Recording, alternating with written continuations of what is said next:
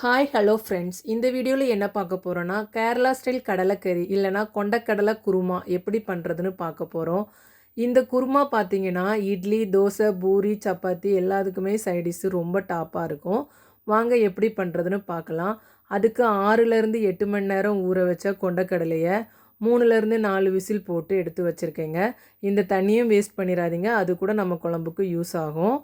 கடலைக்கறிக்கு தேவையான மசாலாலாம் எப்படி ரெடி பண்ணுறதுன்னு ஒன் பை ஒன்னாக பார்க்கலாம். அதுக்கு ஃபஸ்ட்டு ஸ்லோ ஃப்ளேமில் வச்சுட்டு பெருஞ்சீரகம், நல்ல மிளகு ஒரு அரை டீஸ்பூன் சேர்த்தா போதுங்க.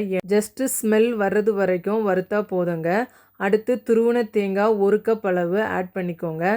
துருவி தான் சேர்க்கணுங்க, கட் பண்ணி ஆட் பண்ணாதீங்க. துருவினதை போட்டு நல்லா பொன்னிறமாக வர்றது வரைக்கும் நம்ம வறுத்துட்டே இருக்கலாம்.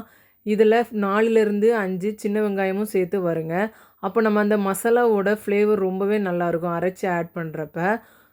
நல்லாவே பொன்னிறம் வர்றது வரைக்கும் கையை எடுக்காமல் பொறுமையாக ஸ்லோ ஃப்ளேமில் வச்சு வறுத்துட்டே இருங்க. என்ன தான் நம்ம தேங்காய் மிக்ஸ் சேர்த்து ஒரு சில குழம்பு வச்சாலும் இந்த வறுத்து சேர்க்கிற மனம் வேறு லெவலில் இருக்குங்க.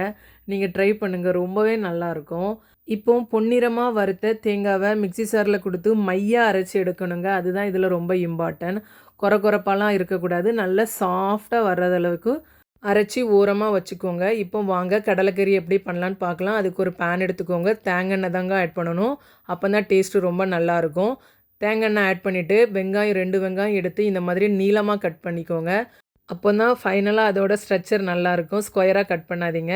இப்போ ஒரே ஒரு பச்சை மிளகாய் மட்டும் ஃப்ளேவருக்கு ஆட் பண்ணியிருக்கிறேன். காரத்துக்கு நம்ம சில்லி தனியாக ஆட் பண்ணிக்கலாம். அதுக்கப்புறமா நல்ல வெங்காயம் பொன்னிறமாக வதங்கினதும் இஞ்சி பூண்டு பேஸ்ட்டு ஃப்ரெஷ்ஷாக தள்ளி ஆட் பண்ணுங்கங்க. இன்னும் கொஞ்சம் டேஸ்ட்டு எடுத்து காமிக்கோங்க. அதே மாதிரி அந்த இஞ்சி பூண்டு பேஸ்ட்டு ஸ்மெல்லு போனதுக்கப்புறம் தக்காளி ஆட் பண்ணிக்கோங்க. நான் ஒரு பழுத்த தக்காளி எடுத்துருக்கிறேன். சின்ன சின்ன துண்டுகளாக கட் பண்ணி ஆட் பண்ணியிருக்கிறேன். நல்லா வதக்கணுங்க. நல்லா வதங்கி வர்ற டைமு நம்ம இப்போ இதில் மஞ்சத்தூள் அண்டு 2 உப்பு ஆட் பண்ணிக்கலாம். ஆட் பண்ணிவிட்டு இதில் உருளைக்கிழங்கு ஆட் பண்ணுறது ஆப்ஷனல் தாங்க. நார்மலாக உருளைக்கிழங்கு ஆட் பண்ண மாட்டாங்க. நான் உருளைக்கிழங்கு சேர்த்து அதை சாப்பிட்டு பழகிட்டேங்க. அப்போ எனக்கு அது நான்வெஜ் குருமா மாடல்லே அந்த ஃப்ளேவர் இருக்குங்க. நீங்களும் வேணால் ஒரு டைம் ட்ரை பண்ணி பாருங்கள். கொஞ்சமாக தண்ணி ஊற்றி உருளைக்கிழங்கு வேகிற வரைக்கும் ஒரு மூடி போட்டு வேக வச்சு எடுத்துருவேங்க. வெந்து வந்ததுக்கு அப்புறமா நெக்ஸ்ட்டு மசாலா சேர்த்துக்கலாங்க. உங்கள் வீட்டில் எடுத்துக்கிற காரத்துக்கு ஏற்ற மாதிரி சில்லி பவுடர் ஆட் பண்ணிக்கோங்க. சில்லிக்கு பாதி அளவு மல்லித்தூளும் கரம் மசாலாவும் எடுத்துக்கோங்க. நான் ஆட் பண்ணிவிட்டு ஃபஸ்ட்டு ஒரு வதக்கிட்டு அப்புறமா கொஞ்சமாக அந்த கடலை தண்ணி இருக்குலாங்க, அது உள்ளே ஆட் பண்ணி அப்படியே ஒரு கொதி விட்டுட்டேங்க. அப்படியே எண்ணெய் பிரிஞ்சு வரணும். பிரிஞ்சு வந்து மசாலா ஃப்ளேவர் அந்த ஸ்மெல் எல்லாம் போனதுக்கு அப்புறமா வேக வச்ச கொண்டக்கடலை உள்ளே ஆட் பண்ணி ஒரு மிக்ஸ் பண்ணிக்கோங்க.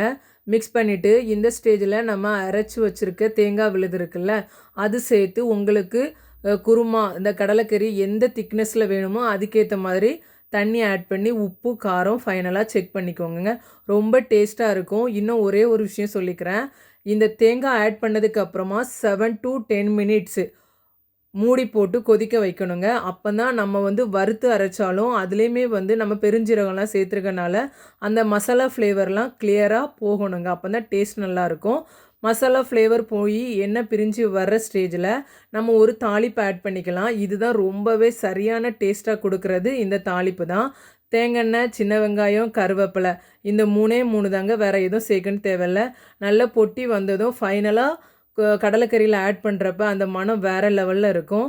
மல்லித்தலை வேணுங்கிறவங்க இந்த ஸ்டேஜில் ஆட் பண்ணிக்கோங்க. ரொம்ப நல்லாயிருக்கும். சுவையான கடலைக்கறி ரெடிங்க. தேங்க்யூ ஃபார் வாட்சிங்.